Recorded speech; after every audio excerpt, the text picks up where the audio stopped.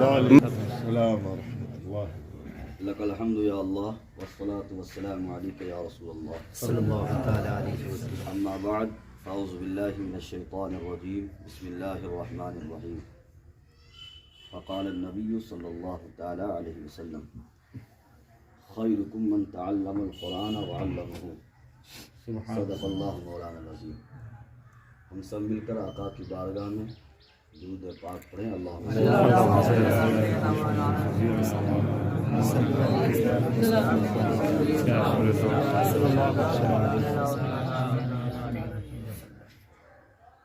آپ تمام لوگ جس محفل میں بیٹھے ہوئے ہیں اس محفل کو آپ کام کیجیے، آپ آ جائیے گا تھوڑا ذرا کام کیجیے. سب سے بابرکت محفل مانا جائے. ابھی نعت خوانی ہوئی، ختم قرآن کی آیت پڑھے گئے، دعائے ختم قرآن بھی پڑھا گیا. ہم سارے لوگ یہاں موجود ہیں. سب سے اہم بات جان لیں آپ کہ خلیفہ حضور شرع نیپال استاذ الحفاظ رئیس المتکلمین حیات اللہ مولانا قاری نور الحق رحمانی صاحب قبلہ محنتیں مشقتیں کی. انہوں نے ایک ایسا گلاب پیدا فرمایا کہ اللہ اس میں خوشبو بخشے گا، ہے نا. مگر ہر درخت لگانے والا جو پھل لگاتا ہے کوشش کرتا ہے کہ خوشبو مہکے اور دور دور تک مہکائے. یہی وہ ایک ایسا علم ہے جتنا بانٹیے گھٹے گا نہیں بلکہ بڑھے گا. یہی وہ علم ہے جس علم کے ذریعے جنت پائے گا. اس کے علاوہ جتنے علم ہیں، ابھی آپ دیکھ لیجئے، انجینئر ہے، ڈاکٹر ہے، سائنٹسٹ ہے، سب بنتے ہیں، بڑے بڑے لوگ بنتے ہیں انجینئر، ہے نا. بڑے بڑے پودان پکڑتے ہیں تو لوگ بڑی خوشی کا اظہار کرتے ہیں نا.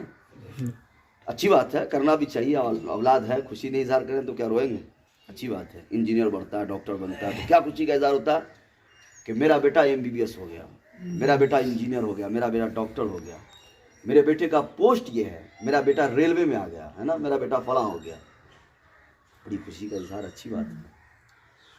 مگر قسم خدا کی جتنی خوشی کا اظہار کر لے، جتنی خوشی کا اظہار کر لے، مگر جب بیٹا حافظ قرآن ہوتا ہے اس کی خوشی کچھ اور ہے. کیوں؟ اس لیے حضرت ابو ہریرہ سے روایت ہے کہ نبی کریم صلی اللہ تعالی علیہ وسلم فرماتے ہیں کہ صاحب قرآن یعنی حافظ جب میدان محشر میں رب کی بارگاہ میں حاضر ہوگا تو قرآن کہے گا رب سے، کیا کہے گا؟ قرآن کہے گا رب سے کہ مولا سب سے پہلے اس کو بخش دے. اب مولا اس کو عزت کا جامہ پہنا دے. آج ہمیں کرسی ملتی ہے تو کیا بولتے ہیں؟ یہ عزت ہے. کہیں لوگ دیکھ کے کھڑے ہو جاتے ہیں، یہی عزت ہے. میں کہتا ہوں کہ یہ عزت تو کچھ نہیں ہے جناب.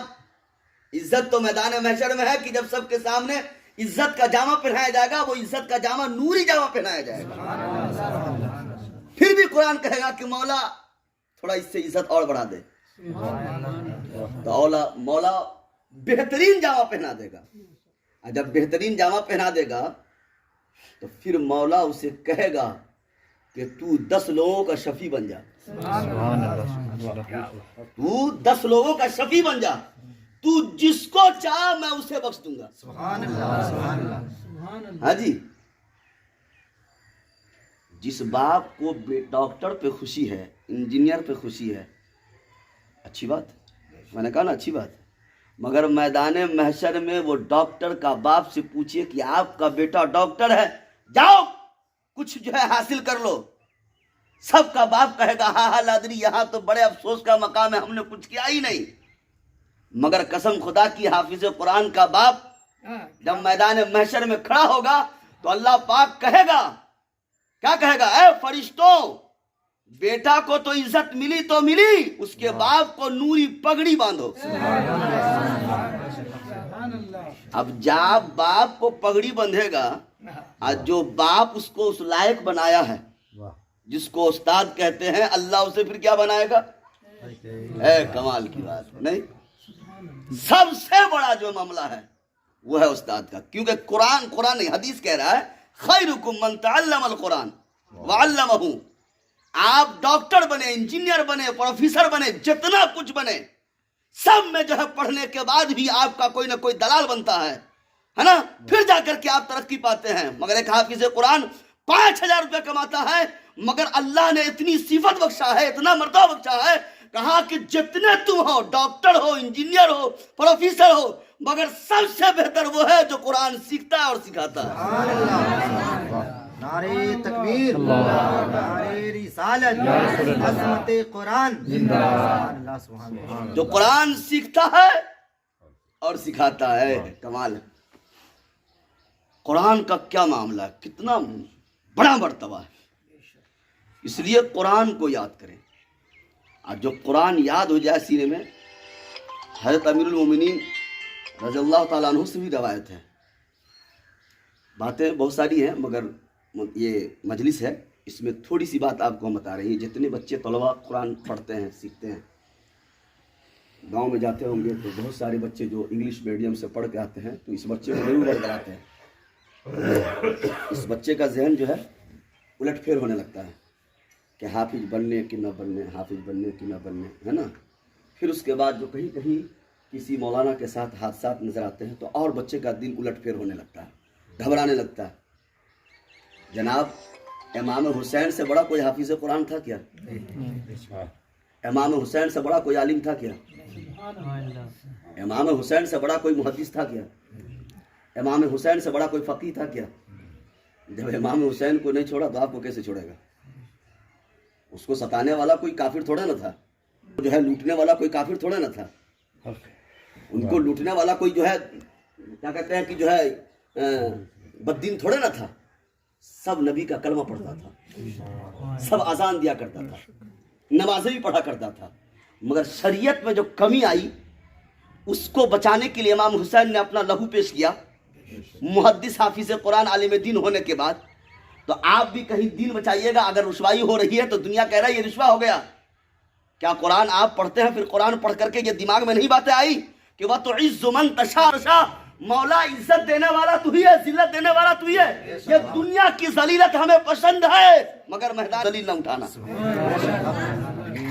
دنیا کی ذلت ہمیں پسند ہے مگر میدان محشر میں اٹھانا تو مولا ایسے اٹھانا جیسے ابوبکر صدیق کو اٹھائے گا، جیسے عمر فاروق اٹھایا. مطلب کہنے کا کہ ان کے سائے میں ہمیں بھی اٹھانا. میرے محترم، یہ قرآن کی کیا عظمتیں ہیں. آج الحمدللہ ہم لوگ قرآن یاد کرتے ہیں 3 سال بیٹھ کر کے، 1 سال بیٹھ کر کے استاد پڑھانے والا. اب پہلے تو یہ تھا کہ ایک صحابی دوسرے کو پڑھ کے سناتے، دوسرے صحابی یاد کر لیتے. ایک صحابی دوسرے کو سناتے، دوسرے صحابی یاد کر لیتے. ایک جنگ میں جو ہے شہید ہو گئے، 1-2 صحابی نہیں، 1-2 حافظ نہیں، بلکہ کتنے قاری قرآن جب شہید ہو گئے تب جو ہے حضرت عمر فاروق نے کہا کہ ایک کام کرو، قرآن کو جو ہے اکٹھا کرو، ورنہ سارے قاری قرآن اگر شہید ہو جائیں گے تو پھر قرآن کیسے پڑھے گا کوئی. ہم تک قرآن ایسے پہنچا ہے. قرآن کی عظمتیں کیا ہے، قرآن کا رتبہ کیا ہے. قرآن کا سب سے بڑا رتبہ اعجاز یہی ہے کہ قرآن آپ کے سینے میں آ رہا، ورنہ قرآن آنا سینے میں اتنا آسان نہیں. اب سنیے، قرآن اسی کے سینے میں آتا ہے جس پر اللہ کا خاص فضل ہوتا ہے. قرآن سب کے سینے میں نہیں آتا ہے. قرآن اسی کے سینے میں آتا ہے جس پر اللہ کا فضل ہوتا ہے اور رسول اللہ جس کو پسند کر لیتے ہیں. ہاں جی، قرآن یوں ہی نہیں آتا. اس لیے قرآن جب سیکھے، ہاں تو وہ بچے تو ذہن ٹن کرے نا تو اس کو سب سے پہلے جملہ کہیے، تم کتاب جو پڑھتے ہو کیا پڑھنے والا کو بھی خیر کہا گیا؟ تم جو کتاب پڑھتے ہو تمہارے پڑھانے والے کو بھی کیا خیر کہا گیا، اچھا کہا گیا؟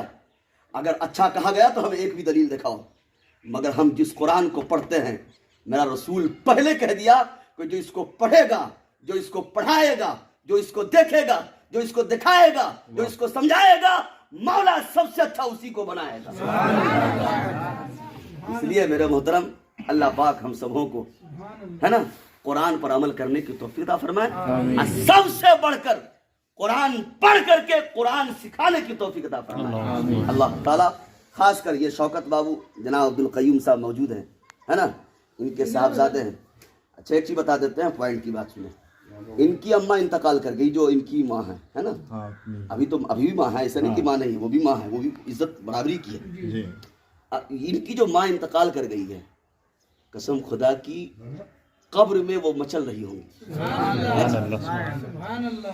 بسم اللہ پڑھا تو مولا بخش دیا, آئی تو مکمل قرآن ختم کر دیا, پھر مولا تو یوں ہی جنت میں اٹھا رکھا. ہاں جی, اللہ یہ جو عمل ہے ہمارا سب سے بہترین عمل ہے, اور اس سے کوئی بہترین عمل ہو ہی نہیں سکتا. اب یہ ہے کہ دعا کرے کہ مولا, ہم سب دعا کریں, بچے بوڑھے سب اس کے حق میں دعا کریں کہ مولا جس طریقے سے قرآن اس نے سیکھا ہے, قرآن پڑھا ہے, بس مولا اس کو عمل کی توفیق اتنا اچھا دے دے کہ پھر میدان محشر میں اٹھے تو ہم سب کا جو ہے جنت کا ضمانت بن جائے. اللہ پاک ہم سب کو عمل صالحہ کرنے کی توفیق عطا فرمائے, اور تمام بچوں کو علم دین سے آراستہ و پیراستہ, اور اس جامعہ کو جو ہے اور دین ترقی یافتہ عطا فرمائے. کھڑے ہو کے صلاۃ و سلام پڑھیں. مصطفیٰ دان رحمت